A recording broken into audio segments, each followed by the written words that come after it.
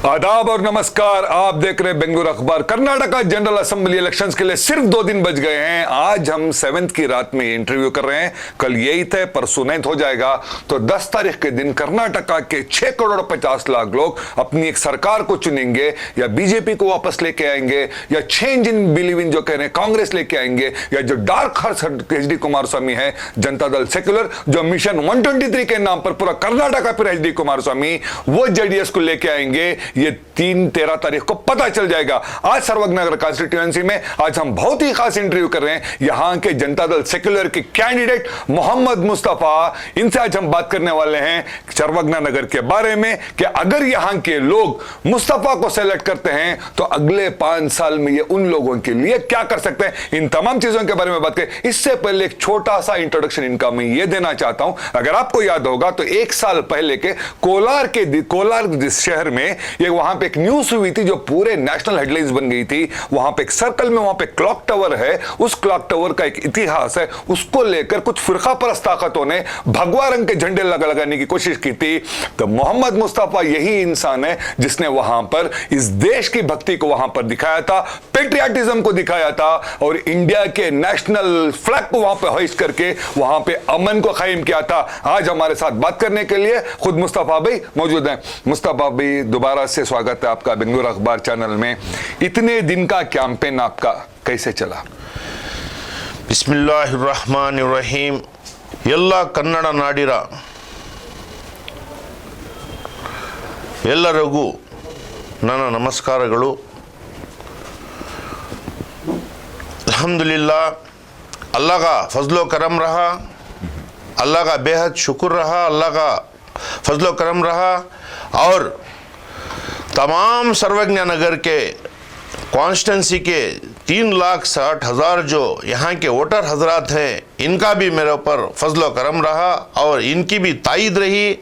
अल्हम्दुलिल्लाह, जहाँ कहीं भी मैं जाता अल्लाह के फजलो करम से ये सब लोग इस तरह से जुड़ते मेरे साथ। माशाअल्लाह, बहुत सारे लोग जुड़कर काम किए मेरे साथ। मैं इसका कोई अंदाज नहीं बता सकता। इस तरह से देखो, एक बात खुली है, लोग यहाँ पर 15 साल से बहुत परेशान हैं। लोग यहाँ पर 15 साल से परेशान इसलिए हैं क्योंकि यहाँ पर एक ऐसे एमएलए बन गए जो लोगों के अंदर घूम फिर कर लोगों की तकलीफ को नहीं समझ सके, लोगों के अंदर बैठ उठकर उनके अंदर बैठकर वहाँ की कोई परेशानी नहीं समझ सके। ऐसे एक एमएलए साहब की यहाँ पर खाइद होने की वजह से यहाँ पर लोगों की बहुत परेशानी बढ़ गई। जैसा आप सब बहुत सारे न्यूज़ चैनलों के जरिए देख चुके हैं, यहाँ एक 3 वार्ड का या 4 वार्ड का एक अलग ही तरीका था, एक 4 वार्ड का अलग ही तरीका था।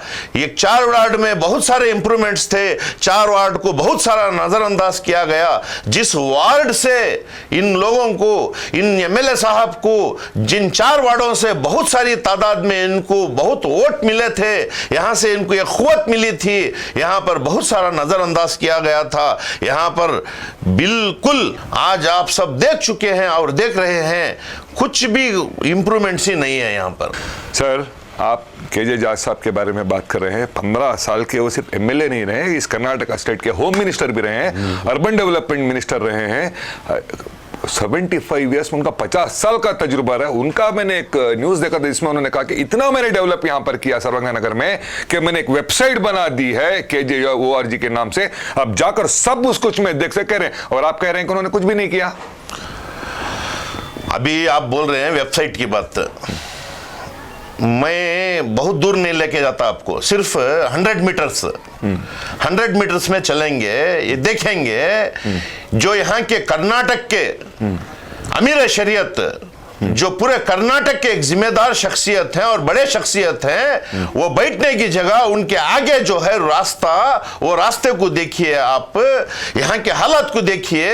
ये जाट साहब ने अमीरों गरीबों में तकसीम कर दिया है कॉन्स्टिट्यूंसी को। जहाँ अमीर लोग रहते हैं वहाँ से अच्छे काम किए हैं, जहाँ गुर्बत है, जहाँ गरीब लोग हैं, जहाँ पर मेरे एससी भाई हैं, जहाँ पर मेरे दूसरे जात के मेरे भाई हैं, वहाँ पर तो इन्होंने कुछ काम नहीं किया है। आप चारों 8 वार्ड हैं, 8 वार्ड में आप खुद अपनी आंखों से चल फिर कर देख सकते हैं। आप नहीं देखे तो चलो मैं लेके जाता हूं आपको, मैं पूरे चारों वार्ड की मैं तफसील से एक एक छोटी चीज से आपको आगाह करा दूंगा। मैं बताऊंगा कि यहां क्या हुआ है क्या नहीं हुआ है, आप खुद चलकर देख लें। या नहीं तो मेरे साथ ये बताने वाले हजरात आए, मैं खुद लेकर चलूंगा, मैं वहां बताऊंगा इनको आज यहां क्या तकलीफ है, वहां क्या काम हुआ है, यहां क्या काम नहीं हुआ है, मैं खुद आपको बताऊंगा। वरना वो खुद आके आपको बताएं यहां क्या हुआ है वहां क्या नहीं हुआ है। ये तो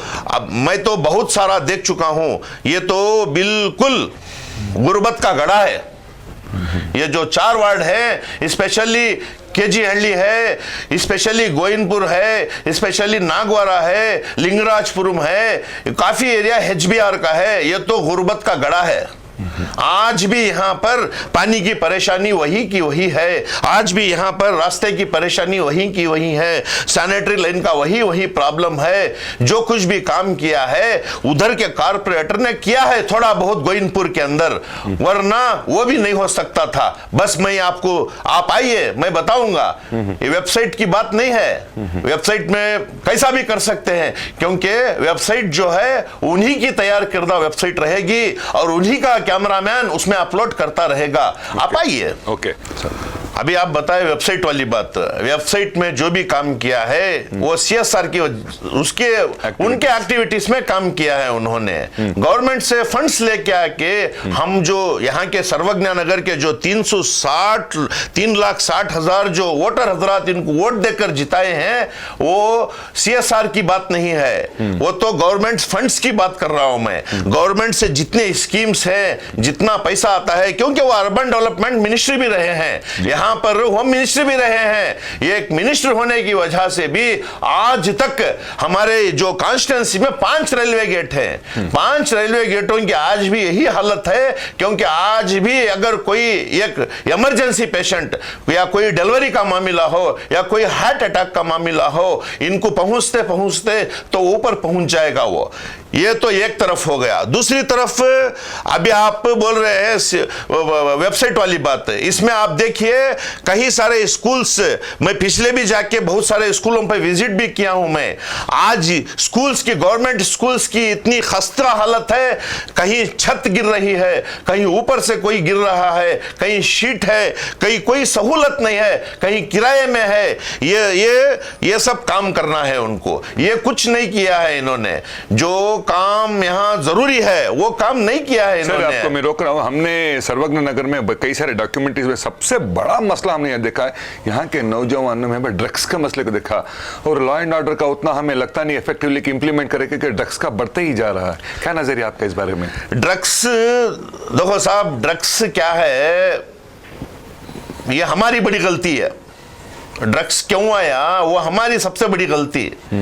ड्रग्स के पीछे नौजवान जब बेकार हो जाता है, नौजवान जब स्टडीज से डिसकंटिन्यू हो जाता है या कोई बेरोजगारी बढ़ जाती है, इनको कोई सर्विस देने के लिए तैयार नहीं है, इनको कोई जॉब देने के लिए तैयार नहीं है, तो वो क्या करेगा, कैसा टाइम पास करेगा एक नौजवान? वो ड्रग्स की नशा में जाने का सबसे बड़ा जिम्मेदार वो खुद हम हैं। जो यहाँ के कॉन्स्टिट्यूंसी में, जो सर्वज्ञ नगर कॉन्स्टिट्यूंसी में जो जिम्मेदार सिलेक्टेड इलेक्टेड लोग हैं, वो बिल्कुल उन्हीं की जिम्मेदारी है। क्योंकि ये जॉब नहीं होने की वजह से, बेकारी बढ़ने की वजह से, देखो साहब, नौजवान अभी समझो 18-20 साल 20 साल के बाद उसको कमाना भी है, घर भी संभालना है, गुर्बत है। एक तो हमारे देखो एससी भाया में, हमारे मुस्लिम कम्युनिटी में, और जो हमारी निचली जात है ओबीसी है, इसमें सभी बहुत गुर्बत है। यहाँ गुर्बत होने की वजह से इन्हों पहली बार कॉलेज के फीस नहीं भर सकते। ये 3-4 ड्रॉबैक है, वो मैं बाद में आगे बताऊंगा। ये क्या है, यहाँ ड्रग्स का मेन प्रॉब्लम, इनको कोई भी ड्यूटी नहीं मिलने की वजह से, बेरोजगारी की वजह से ड्रग्स में फंसे हुए हैं। और दूसरी सबसे बड़ी बात, जो नौजवान ड्रग्स में फंसे हैं उनके लिए कोई हिफाजत की बात ही नहीं है। यहाँ पर कोई कैमरास नहीं लगाया है, इधर कोई चीज की सिक्योरिटी वाला बात ही नहीं है, क्योंकि वो बच्चे डरे या कोई पुलिस का इंतजाम या कोई ऐसी चीज नहीं है उनके साथ ये सब होना, ये नहीं होना, ये रोकना करके। ड्रग्स ऐसी बात है साहब, मैं क्या बोल रहा हूँ, बहुत सारे घर उजड़ गए ड्रग्स से। देखो नौजवान आज शादी कर लेती, एक दो बच्चे हो जाती, उन्हें ड्रग्स में चले जाता है। वो औरत क्या करना सो साहब, दो बच्चों को काम पढ़ाना सो, यहाँ अच्छी गवर्नमेंट स्कूल भी नहीं है। उन्हें घरा के काम कर को पूरे एससी भाना भी होता है। हमारे भी भाई यहाँ जो कम्युनिटी वाले हैं पूरे क्रिश्चियंस, हिंदू, मुस्लिम जते भी हैं, बहुत गुर्बत में ही साहब। ये गुर्बत की वजह से इन्हों क्या है, इनके मरदमा ने ड्रग्स में चलेगी स्वास्थ्य, ये नौजवान ड्रग्स में चलेगी स्वास्थ्य, कितने परेशान ही, कितने आजकल तलाखा हो रही, कितने औरतों के जिंदगियां उजड़ रही, कितने बच्चे मासूम बच्चे को सजा मिल रही हुआ, उनको ना अच्छी स्कूल मिल रही है।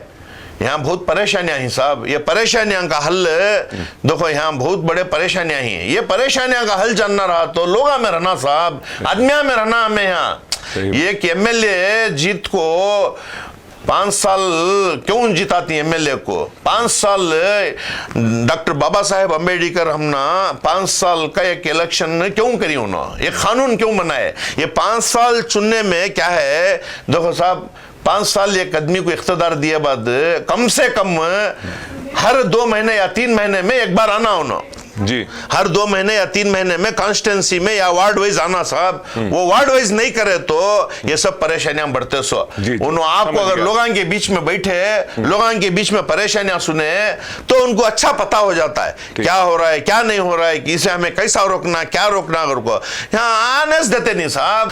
सर अभी आपने इतना सारा जो प्रॉब्लम्स यहाँ के बता दिया, अगर सर्वज्ञ नगर के 3 लाख से ज्यादा लोग मोहम्मद मुस्तफ़ा का हाथ पकड़ते हैं, जैसे ही जाएंगे 5 नंबर के बटन पर दबाएंगे, आपको सेलेक्ट कर देंगे, अगले 5 साल आप उनको क्या देंगे? आप भी जुमला बोल के चले जाएंगे? ये क्वेश्चन के लिए मैं इंतजार था मेरा। अच्छा, क्योंकि सब लोग जुमलेबाजी करती हैं, लेकिन मेरा जो आप जो क्वेश्चन किए हैं, ये आप मेरा आंसर जो है आप पक्का रिकॉर्ड करना है और इसको बिल्कुल डॉक्यूमेंट्री बनाना है जरूर। देखो साहब, पहले मैं जेडीएस का कैंडिडेट, जनता दल सेक्युलर का कैंडिडेट, आज पर जनता दल सेक्युलर का कैंडिडेट होने की बिना पर जनाब कुमार स्वामी साहब ने जनाब सीएम इब्राहिम साहब की सदारत में हमने एक पंचरत्न योजना दिया है उन्होंने। वो पंचरत्न योजना के तहत 5 काम है उसके अंदर। वो 5 काम हम मुकम्मल से, हमारी जैसी ही हुकूमत बनेगी वो 5 काम हम मुकम्मल करेंगे। ये एक पार्ट हो गया। दूसरी पार्ट, मैं 3,60,000 वोटर्स हजरात मुझे सेलेक्ट करके मेरे को एमएलए बनाएंगे तो मेरा पहला काम होगा यहां से कचरे को साफ करना।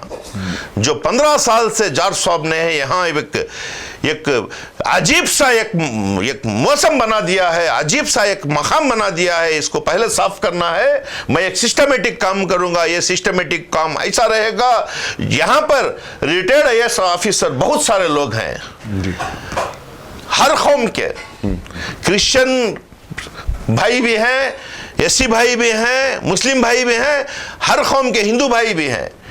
मैं वार्ड वाइज ये कमेटी, ऐसी कमेटी बनाऊंगा जिस कमेटी के अंदर हर 3 माह में तफसीलात के साथ पूरा जायजा लिया जाएगा। Review meeting. ये कमेटी बनने के बाद मैं इसको धीरे धीरे अभी पहला मेरा मुद्दा है एजुकेशन। एजुकेशन ना होने की वजह से काफ़ी लोग ड्रग्स में चले गए हैं, काफ़ी लोग मैकेनिक्स बन रहे हैं, काफ़ी लोग तरकारी वाले बन गए हैं, छोटे छोटे जो बिजनेसेस में चल गए हैं। ये पूरी आवाम, जो सर्वज्ञ नगर की आवाम को ये परेशानी है, ये परेशानी को दूर करने के लिए पहला मेरा ये है एकदम एजुकेशन। एजुकेशन में मैं बिल्कुल रत्ती बराबर भी छूट, बगैर छूट दिए, क्योंकि मैं यहां पर देखा ना 10 साल से ये कॉरपोरेटर जनाब कलीम पाशा साहब, उनके अहलिया कॉरपोरेटर थे, उनकी अहलिया कॉरपोरेटर रहने के बावजूद भी 10 साल से उन्होंने जो खिदमत अंजाम दिया है वो मुझे एक मॉडल मिला है, उनका एक मॉडल मिला है मेरे को। आज मैं गोविंदपुर जितना भी इलाका उनका देखा ना, मैं क्योंकि जब देखा, रास्ते में घूमा, लोगों से मिला, हर लोग उनसे खुश हैं। जनाब कलीम पाशा साहब से मैं समझता हूं, आज तक मेरी भी करीबन 40 साल सर्विस है, 35-40 साल मेरी सर्विस है सियासत के अंदर, लेकिन इतना दिलचस्प वाकया मैं कभी भी नहीं देखा। आज हर वोटर के जबान पर कलीम पाशा करके है, हर वोटर के जबान पर कलीम पाशा, कलीम पाशा। कलीम पाशा कॉरपोरेटर की हैसियत से यहां पर फेमस नहीं हुए हैं, उन्होंने जो काम किया है वो काम की वजह से उन्होंने फेमस हुए हैं।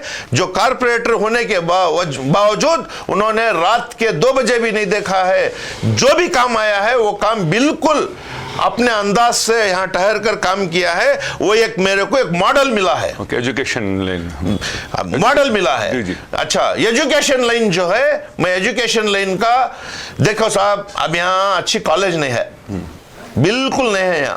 यहाँ बैको बच्चे की सेफ्टी नहीं है, बैको बच्चे कोई भी कौम के रहंदे SSLC होने के बाद कॉलेज पढ़ना हो तो उन्होंने जाना दूसरी जगह, यहाँ से करीबन 10-15 किलोमीटर दूर जाना उनका ट्रांसपोर्टेशन प्रॉब्लम, उनको जाने आने में प्रॉब्लम, सेफ्टी नहीं, सिक्योरिटी नहीं। उसके वास्ते क्या करता हूँ मैं, पहला हमारा जो पंचरत्न योजना के तहत हमारा एजुकेशन में यह है, वो एजुकेशन के तहत में क्या है, LKG से लेकर 12th स्टैंडर्ड तक, LKG से 12th स्टैंडर्ड तक हाईटेक एजुकेशन, जो प्राइवेट से भी अच्छा हो, प्राइवेट से भी अच्छा हो, एजुकेशन बनाने की बिल्कुल फ्री, टोटल फ्री, वो भी हाईटेक रहेगा।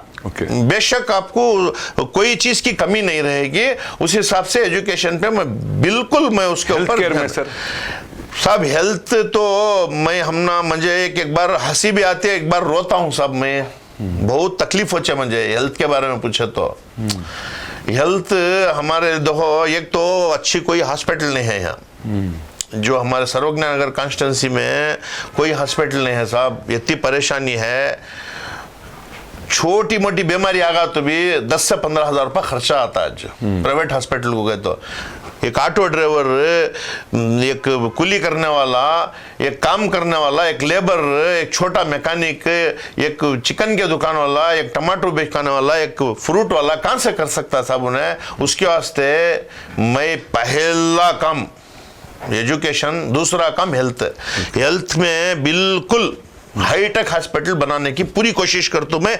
कॉन्स्टिट्यूंसी में, पूरी कॉन्स्टिट्यूंसी में कम से कम पहले 4 बनाता हूं मैं, 4 हॉस्पिटल्स। देखो साहब, मैं कुछ भी होंगे, चाहे मुझे क्या भी करना पड़े, मैं कॉन्स्टिट्यूंसी के लिए जो मैं बता रहा हूं, इंशाअल्लाह अगर मुझे उम्मीदवार यहाँ से मुझे चुन के भेजे मेरे वोटर हजरात, इनके लिए मैं तो ये बिल्कुल मैं पक्का मेरा आहत करता हूं, क्योंकि मैं फ्री हूं, मैं काम करने के लायक हूं और मैं काम करने की हिम्मत है। सर, सबसे ज्यादा यहाँ पे नौजवानों के लिए रोजगार के, आप इससे पहले आप कह रहे थे, उनके लिए क्या आप दे सकते हैं? नौजवानों के लिए तो देखो, गवर्नमेंट जॉब्स पहला option, yes, first option government jobs दिलाना। गवर्नमेंट जॉब्स होने के बाद स्मॉल स्केल इंडस्ट्रीज लाना है। स्मॉल स्केल इंडस्ट्रीज क्या है? छोटे छोटे इंडस्ट्रीज।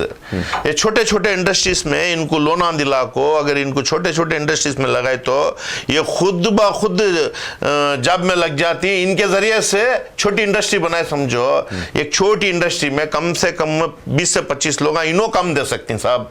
आज जो बेकार है नौजवान उनको छोटी एक हेल्प कर जाता हूँ मैं। एक कोई एक मिशन कुछ भी हो, एक बोल्ट नेट बनाना, कुछ भी हो साहब, एक स्मॉल स्केल इंडस्ट्री में उनके सिर्फ एक 10 by 10 में एक छोटी इंडस्ट्री भी चला सकते हैं। कुछ बड़ी जगह की जरूरत भी नहीं है, एक 10 by 10 में भी छोटी इंडस्ट्री चला सकते हैं। मैं आज एक औरत से मिला जो सेवियां बनाते हैं, जी जी, उसकी एक इंडस्ट्री देखा मैं, छोटा, एक 5 by 6 में रखी उन्होंने। एक मिक्सिंग मशीन है और एक उसको वो डालने की एक मशीन है, उसके बाद उसको एक बॉईल करने की एक मशीन है। 3 मशीन रख के कम से कम 6-7 औरतें काम कर रही वहां। मुझे बहुत खुशी हुई और उनको मैं जाके मिल के, मेरे पास फोटो भी है, फोटो भी शेयर करता हूँ, वीडियो भी है, मैं उनके मिला और उनको मैं बहुत हिम्मत अफजाई की बात किया। क्या बोला, मैं देखो माँ तुम्हें ये कर रही ना, कम से कम ये तुम्हारे मोहल्ले में ऐसे और 10 बनाना माँ, तुम्हें पूरी कोशिश करो माँ, मैं लोना दिलाता हूँ करके बोल के क्रिश्चियन उन्होंने। अच्छा, मैं जाको बात करिया, मैं बिल्कुल गरीब तबका, माँ बेटी, मतलब 3-4 लोग काम कर रहे हैं। ऐसे छोटे छोटे इंडस्ट्रियां ही साहब बहुत सारे ही। आज गुजरात, हरियाणा, पंजाब क्यों मशहूर है? सो छोटे छोटे इंडस्ट्रियों की वजह से। अब गुजरात में देखो, मिर्ची को पाउडर अलग बनाती है, उसको कूट के अलग सा एक ये बनाती है, छोटी इंडस्ट्री सब। वो उसमें क्या भी नहीं है, एक छोटी मशीन रहती है, एक उनका लेबल रहता है जी। उसके बाद उनमें 5-6-10 आदमियां काम पे लग जाती है। ऐसा एक छोटे छोटे मैं इसकी ये क्रिएट करना चाहता हूँ। और बिल्कुल नौजवानों के वास्ते ये कोई ट्रेनिंग प्रोग्राम नहीं है सब, यहाँ स्किल डेवलपमेंट नहीं है, वो मैं कराना चाहता हूँ औरतों के वास्ते। देखो बहुत सारे औरतें घर में बेकार रहती जी। पहले क्या था, कुछ ना कुछ ये रहता था, आज औरतें फ्री ही। औरतें फ्री होने की वजह से उनको भी एक कमाने की एक हिम्मत, उनको भी एक ताकत, उनको भी एक अरमान रहता है। एजुकेशन देकर जॉब, एजुकेशन प्लस जॉब दोनों उनके लिए क्या है, छोटे छोटे उनके भी लिए एक छोटे छोटे इंडस्ट्रीज हैं, वो उनके लिए मैं ट्रेनिंग प्रोग्राम्स करा के, अब जैसा सीविंग मिशन है, डिजाइनर मिशन है, बहुत सारे हैं, उनके लिए भी इंशाल्लाह वो भी मैं पूरी कोशिश करूंगा। और आपने खुद बताया था ड्रग्स का, इसका इलाज कैसे? अभी ड्रग्स का क्वेश्चन पूछे आप, ड्रग्स की बात पूछे, मैं ड्रग्स के बारे में पहले 3-4 बार बता दिया हूँ। पहले मैं यहाँ पर हाईटेक रिहैबिलिटेशन सेंटर बनाना, जो बहुत वक्त की जरूरत है, बहुत जरूरत है। और वो सेंटर में क्या है, 2001 में खादी की एक इंडस्ट्री देखा था जी। विलेज में जाके एक खादी की इंडस्ट्री देखा, सिल्क इंडस्ट्री, जहां पर ककुन जाता है जी। ककुन जाके साड़ी बाहर निकलती है जी। क्या बोलो? ककुन जाके साड़ी बाहर आचे, ककुन जाके कपड़ा बाहर आता है। ऐसा क्या है, एक रिहैबिलिटेशन सेंटर बना के वहां से उनको साथ साथ एक स्किल डेवलपमेंट प्रोग्राम बना के उनको मैं बाहर लाए तक एक ऐसा एक नौजवान बना के बाहर लाना चाहता हूं, वो खुद 10 लोगों को संभाल सके। ये मेरा एक बहुत बड़ा टारगेट है साहब, ये नौजवानों के साथ। ये तो बहुत वक्त की जरूरत। बिल्कुल। आखिरी सवाल मेरा आपसे, अब आप जो इलेक्शन लड़ रहे हैं जेडीएस के टिकट पर, आपके प्रिंसिपल अपोनेंट्स अगर हम देखें, 15 साल के इनकम्बेंट एमएलए यहां पर हैं, केजे जॉर्ज हैं, वेरी पावरफुल पर्सन। सेकंड आते हैं बीजेपी से पद्मनाभ रेड्डी आते हैं, social democratic party of India से अब्दुल हन्नान साहब यहां पर हैं, आम आदमी पार्टी से इब्राहिम साहब हैं, समाजवादी पार्टी से मोदी सैफुल्लाह, कई सारे इंडिपेंडेंट्स भी हैं, जिसमें एक येसु बर्नार्ड जेराट के नाम से भी एक यहां पर कंटेस्ट कर रहे हैं। अब आपके लिए अपोनेंट कौन है, किसके साथ आपकी फाइट है? ये बेहतर आप वोटर हजरात से मालूम करें तो अच्छा रहेगा। फिर भी मेरे वास्ते आप क्वेश्चन कर दिया, मैं इसका आंसर खुले दिल से करता हूं आज। जी सर। देखो साहब, 15 साल से जज सबको यहाँ चुने, अगर उन्होंने यहाँ इंप्रूवमेंट्स करे रहते तो, यहाँ कुछ ना कुछ करे रहते तो मुझे आज यहाँ खड़ने की जरूरत भी नहीं थी, मुझे जगह भी नहीं मिलती थी। ये बात पहली बात। और मेरी फाइट जो है बिल्कुल मेरी फाइट बीजेपी से है। सर आप मजाक कर रहे हैं, 15 साल के एमएलए केजे जॉर्ज, उनको हलाना नामुमकिन, पहाड़ कर को आदमी बोलते, आप बोल रहे हैं बीजेपी कर को बोल को। 7 बार जीते थे साहब, कोलार के एमपी के एच मुनियाप्पा साहब, काम नहीं किए, उसके वास्ते वो जीते तो 15-20 हजार वोटों से हराए, 2,80,000 वोटों से हराए। ऐसे बहुत सारे एग्जांपल्स हैं। आप देखो बड़े बड़े लोग हारे हैं। यहाँ पर जो ताकत है ये वोटर हजरात की ताकत साहब। कोई कैंडिडेट बड़ा नहीं होता, एक बात याद रख लियो, पूरे कैंडिडेट वोटर के भिखारियां हमें जाग भीख मंग रही सो जी। उन्होंने भीख दिए तो मैं एमएलए बनता सो और एक भी एमएलए बनता सो। ये बात अच्छा वाजी है, इसमें कौन भी बड़े नहीं। अगर बड़े रहते तो मुझे यहाँ को ये सब चांसेस नहीं रहती साहब। आज मेरे साथ जो लोगों का जोड़ हो रहा है, आज लोग जुड़ रही, जो हर कौम के मेरे साथ हर तरीके के हर कौम के आदमियां जुड़ रही, ये नहीं होता था साहब जी। बिल्कुल मेरी फाइट जो है फिरका परस्ताकत जो बीजेपी है, बीजेपी से मेरी खुली फाइट है, मुझे दूसरे कोई पार्टियों से फाइट नहीं है साहब। सर आखिर में ये वीडियो अगर सर्वज्ञ नगर की पब्लिक देख रही है, क्या अपील करना चाहेंगे, आपकी वोट अपील? अस्सलाम वालेकुम रहमतुल्लाहि वबरकातुहु। ಎಲ್ಲರಿಗೂ ನಮಸ್ತೆ। कन्नड़ नाडिನ ಜನತೆಗೆ ನನ್ನ ನಮಸ್ಕಾರಗಳು। मैं बस यही अपील करूंगा, आप अपना कीमती वोट एक ऐसे शख्स को दीजिए जो आपके साथ 24/7/365 डेज आपके साथ रहे और आपकी हर तकलीफ में और अच्छे में आपके साथ खड़ा रहे और आपके साथ बिल्कुल आपके साथ जमा रहे। ऐसे एक शख्स को आप वोट दीजिए। बस मैं मेरी उम्मीदवारी की मैं जो बात मैं आज आपके सामने मेरी अपील रख रहा हूं, आप लोगों के सामने मेरी अपील रख रहा हूं। मैं जनता दल सेक्युलर का उम्मीदवार जेडीएस पार्टी से, मैं सर्वज्ञ नगर हल्के से मैं उम्मीदवार हूं मोहम्मद मुस्तफ़ा। मेरा निशान है औरत अनाज का बिंडा लिए हुए। मेरा सीरियल नंबर 5 को 8। आप अपना कीमती वोट देकर मुझे कामयाब बनाएं और मुझे आपकी खिदमत का मौका दें, मुझे आप खिदमत करने की ये दें, मौका दें, आपके साथ रखें। ಎಲ್ಲ ಸರ್ವಜ್ಞ ನಗರ ಕನ್ನಡ ನಾಡಿನ ಜನತೆಗೆ ನಮಸ್ಕಾರಗಳು। ನನ್ನ ಹೆಸರು ಮೊಹಮ್ಮದ್ ಮುಸ್ತಫಾ। ನಾನು ಜನತಾದಳ್ ಸೆಕ್ಯುಲರ್ ಜೆಡಿಎಸ್ ಪಾರ್ಟಿಯಿಂದ ಇಲ್ಲಿ ಅಭ್ಯರ್ಥಿಯಾಗಿ ನಿಮ್ಮ ಸೇವೆಗೆ ನಾನು ಬಂದಿದ್ದೀನಿ। ನನ್ನ ಗುರುತು ರೈತರ ತನ್ನೇ ಹೊತ್ತ ಮಹಿಳೆ। ಈ ಗುರುತಿಗೆ ನನ್ನ ಕ್ರಮ ಸಂಖ್ಯೆ 5ಗೆ ತಮ್ಮ ಅಮೂಲ್ಯವಾದ ನಮ್ಮ ಮತವನ್ನು ಕೊಟ್ಟು ಜಯಶೀಲರಾಗಿ ಮಾಡಬೇಕು ಅಂತ ನನ್ನ వినంతి। అందరికీ నమస్కారము। అక్క చెల్లెళ్ళారా, అన్న తమ్ముళ్ళారా, ఇప్పుడు కర్ణాటక విధానసభ ఎన్నికలు నడుస్తూ ఉన్నాయి। 10వ తేదీ ఎన్నికలు ఉంది। ఈ ఎన్నికల్లో सर्वज्ञ नगर కాన్స్టిట్యున్సీ ఇంకా जनतादल सेक्युलर जेडीएस निंका నేను అభ్యర్థి అయినాను। నా పేరు మొహమ్మద్ ముస్తఫా। నా సీరియల్ నంబర్ 5 సీరియల్ నంబర్కి మీ అమూల్యమైన ఓటన్న ఇచ్చి నా గెలిపించండి। మీ వరకు నేను మీ రుణం ఉంటాను, మీకు మంచి పని చేసిస్తాను। దయచేసి మీరు ఓటు ఇవ్వండి, దయచేసి నాకు గెలిపించండి। నేను మీ రుణంగా ఉండి నేను తీరుస్తాను। ये थे हमारे साथ सर्वज्ञ नगर कॉन्स्टिट्यूंसी के जनता दल सेक्युलर के जो कैंडिडेट है मोहम्मद मुस्तफा, जो कह रहे थे कि अगर यहाँ की अवाम इनको सेलेक्ट करके लेके आती है तो इनके कई सारे प्रायोरिटीज है। जो जनता दल सेक्युलर का जो पंचरत्न कार्यक्रम उससे हटकर यहाँ पर एजुकेशन में, हेल्थ केयर में, एम्प्लॉयमेंट में, यहाँ पर जो डायरेक्ट मैनेज सबसे बड़ा हुआ है, इस मैनेज को बीमारी को कैसे इसके बारे में। और ये हाईलाइट जो इन्होंने कह रहे थे कि यहाँ के जो छोटे मोटे रोजगार हैं, यहाँ पर एक स्मॉल स्केल इंडस्ट्री को यहाँ पर बनाना, उसको नेशनल इंटरनेशनल लेवल में प्रमोट करना, इस तरह के प्रोग्राम से लाने की बात करें। आखिर में बेंगलुरु अखबार से आप तमाम को एक अपील हम ये करते हैं, सबसे पहले आपको आपका पूरे वोट जरूर डालने चाहिए, 100% आपको डालने चाहिए। जब आप वोट डालने जाते हैं तो आपके ध्यान में होना चाहिए, अगर यहाँ का कोई हमारा कायद जितने साल से क्या हमारे लिए उसने क्या किया है, इसका आप जायजा लें, उसका एजुकेशन क्या है, ये आप कंपेयर करें। और जो नए लोग आ रहे हैं, क्या आपको ऑफर कर रहे हैं, उनका बैकग्राउंड क्या है, क्या उनके कोई क्रिमिनल रिकॉर्ड्स हैं, कोई ब्लैक मनी का, इन तमाम चीजों को देखते हुए आप कीजिए। आखिर में ये कहना चाहता हूं, ना संभलोगे तो मिट जाओगे हिंद के मुसलमानों, तुम्हारी दास्तान तक भी ना रहेगी दास्तानों में। देश और दुनिया की खबरों के लिए जुड़े रहे बेंगलुरु अखबार के साथ।